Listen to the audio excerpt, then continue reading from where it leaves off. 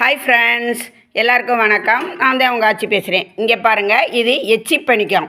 எச்சி பணிக்கம்னா இதில் எச்சில் துப்புறது. அந்த காலத்தில் நம்ம வீட்டு பெரியவங்கெல்லாம் புகையில் போடுவாங்க. அது இந்த வெத்தலை பாக்கு பீடா மாதிரி தான். அந்த புகையில் போட்டால் எச்சிலை முழுங்கக்கூடாது, துப்பிக்கிட்டே இருப்பாங்க.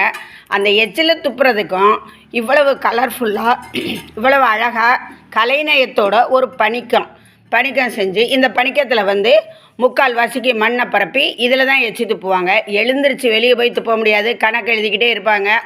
அதனால் அவங்க பொட்டியடியில் இருக்கிறனால பக்கத்தில் இந்த எச்சி பணிக்கத்தையும் பொட்டியடியில் வச்சுருந்து புகையில் போட்டு எச்சியை துப்பிக்கிட்டு இருப்பாங்க.